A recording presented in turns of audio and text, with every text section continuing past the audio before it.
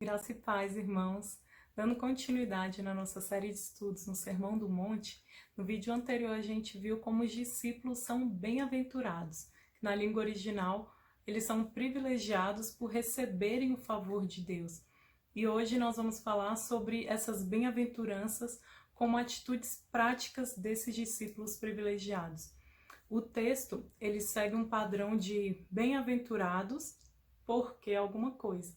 Esse porquê, ele não vai dizer de um código de ética que o discípulo tem que seguir simplesmente, mas ele traz bênçãos que o nosso Deus dá para cada um dos seus discípulos.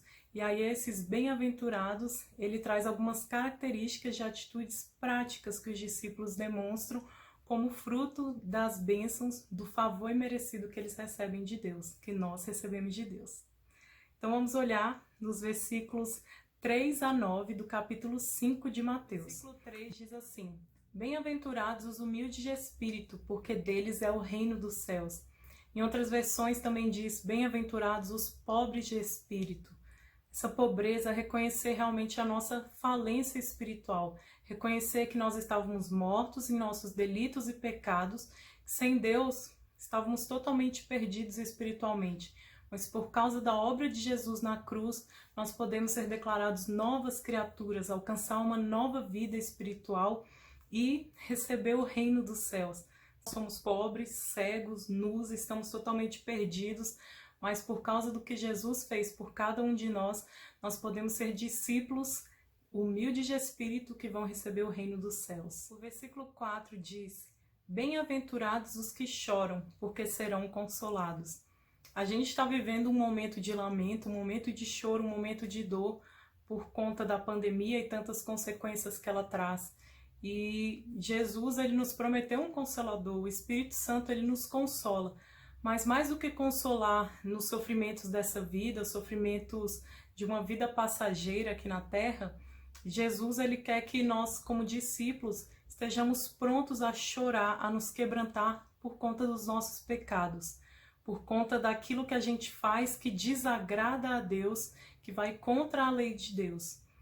Irmãos, eu queria chamar vocês a uma reflexão de que muitas vezes a gente só chora pelos nossos pecados por conta da dor e do sofrimento que ele nos traz. E eu queria que a gente pensasse no nível mais acima, de que nós fomos criados para a glória de Deus. Então, toda vez que a gente peca, a gente não está glorificando a Deus. A gente está fazendo o contrário daquilo que a gente foi criado para ser. Então, que toda vez que a gente pecar, que a gente pense assim: se esse pecado não me trouxesse nenhuma consequência, nenhuma dor, ainda assim, só o fato dele não glorificar a Deus seria suficiente para me fazer não pecar, ou para me gerar choro, me gerar arrependimento, quebrantamento, porque aquela atitude pecaminosa não glorifica a Deus. Que nós sejamos discípulos que realmente choram por conta dos seus pecados, por conta dos seus erros e transgressões, que choram diante do Senhor com arrependimento sincero, com o coração quebrantado e contrito, e que o Senhor nos limpe, que Ele nos console de todo choro verdadeiro e arrependido dos seus pecados. E que esse choro agora pelos nossos pecados seja na certeza de que um dia Deus enxugará dos olhos toda a lágrima, e que viveremos uma vida sem pecados, uma vida de total santidade na presença do nosso Deus. E o versículo 5 diz assim: Bem-aventurados os mansos, porque herdarão a terra. A lógica normal é a gente pensar que quem vai herdar a terra, vai conquistar mais coisas, são aqueles valentões, são pessoas arrogantes, que têm um pulso ali bem firme. Mas Jesus, ele vem e nos diz assim, ele subverte toda a lógica: bem-aventurados os mansos.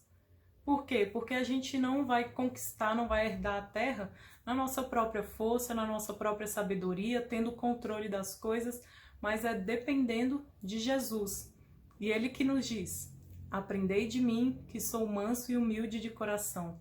Então que a gente aprenda de Jesus a ser manso, a depender totalmente do Senhor, a não confiar em algo que a gente possa ter conquistado, em algo que a gente saiba fazer ou algum controle que a gente tenha, mas em ser totalmente manso, totalmente dependente da vontade do Senhor, do direcionamento dele. É somente assim que a gente vai herdar a terra. Jesus, quando ele faz o chamado aos discípulos, ele diz, quem quiser vir após mim, negue-se a si mesmo, tome a sua cruz e siga-me. Então, o caminho do discipulado de Jesus é um caminho de renúncia.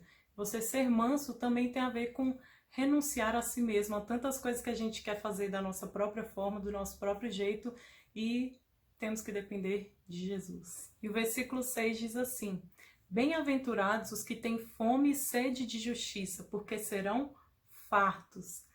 Essa justiça aqui não é a justiça como o mundo dá, a justiça dos homens, aquela justiça que às vezes tarda, aquela justiça que às vezes falha, que muitas vezes é corrompida, mas é uma justiça conforme o justo Deus, aquele que se fez justo pelos injustos. É essa justiça que nós devemos ter fome e sede, essa justiça que nós devemos buscar constantemente viver, constantemente compartilhar com outros. E aí Deus nos promete que tendo essa fome, essa sede de uma justiça verdadeira, nós seremos fartos. No capítulo seguinte do próprio livro de Mateus, no versículo 33, ele está dizendo ali para os discípulos, busquem primeiro o reino de Deus e a sua justiça. A justiça que nós devemos buscar junto com o reino de Deus é a justiça do próprio Senhor. Busquemos o reino de Deus e a sua justiça, e ele nos promete, ele nos garante e é fiel para cumprir. E todas as outras coisas que a gente às vezes perde muito tempo até pensando e buscando, todas essas outras coisas serão acrescentadas. E o versículo 7 diz assim, bem-aventurados os misericordiosos, porque alcançarão misericórdia. Foi na própria oração do Pai Nosso que Jesus nos diz que nós devemos orar ao Senhor pedindo que Ele perdoe as nossas dívidas, assim como nós temos perdoado a quem nos tem ofendido, assim como nós perdoamos os nossos devedores. Então, quando nós olharmos para o nosso próximo, nós temos que lembrar que fomos muito amados, que nós recebemos uma misericórdia que a gente não merecia, que nós fomos perdoados e somos perdoados constantemente pelo Senhor.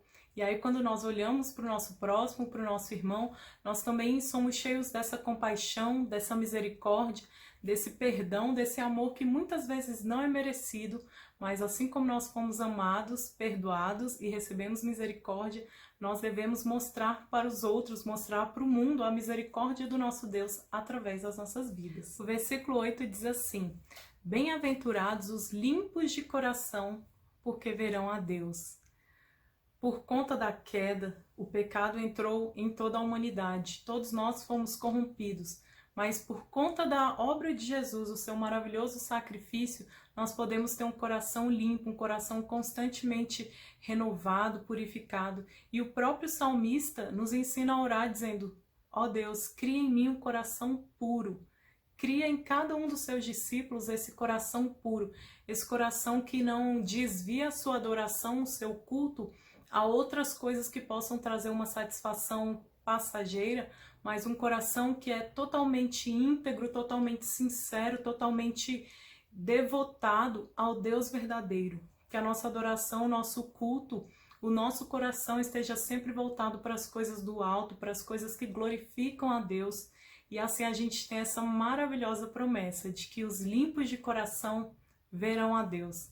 Que a nossa motivação para se comprometer fielmente com a verdade, com aquilo que agrada a Deus, não seja por benefícios ou coisas que a gente vai receber aqui e agora, mas que seja pela maravilhosa promessa de que um dia os limpos de coração verão a Deus. Um dia será poder ver o nosso Deus face a face, porque tivemos corações limpos, totalmente puros diante do nosso Deus, porque Ele mesmo, mediante o sacrifício com o sangue de Jesus naquela cruz, purificou cada um dos seus discípulos. E o versículo 9 diz assim, bem-aventurados os pacificadores, porque serão chamados filhos de Deus.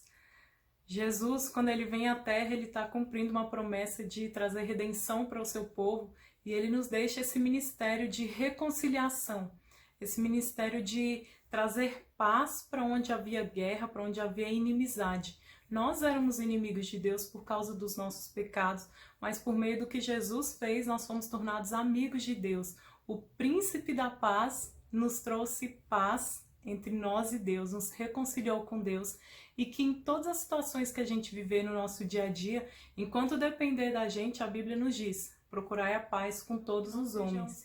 Pacificadores, porque assim nós seremos chamados como o nosso irmão mais velho, o filho unigênito de Deus, que foi o primogênito de muitos irmãos, seremos chamados filhos de Deus. Eu vou falar sobre 3 aspectos desse discipulado.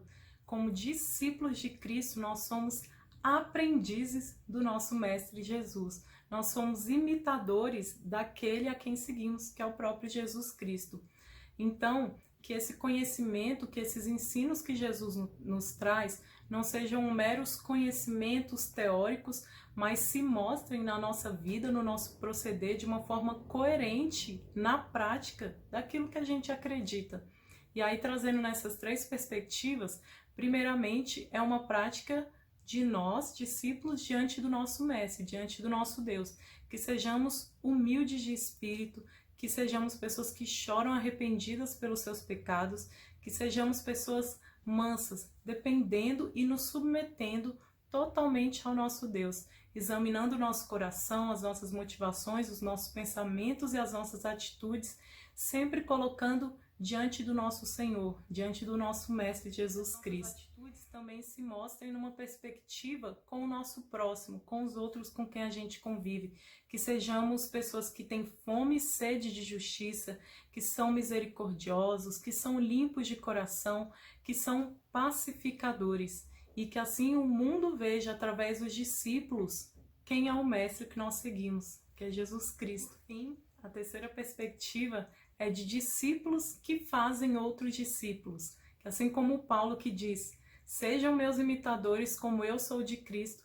Nós sejamos discípulos que negam a si mesmo, que desaparecem para si mesmo, mas apontando sempre para Cristo, levando sempre outras pessoas ao conhecimento e à prática daquilo que Cristo nos ensina.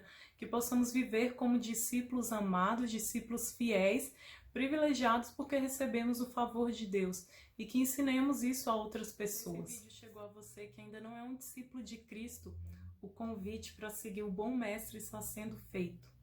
Que você coloque a sua fé no Filho de Deus que veio a esse mundo, viveu como um de nós, morreu numa cruz derramando o seu sangue para salvar os pecadores, salvar cada um de nós que estávamos perdidos, e ressuscitou no 3º dia, nos trazendo vida, vencendo a morte.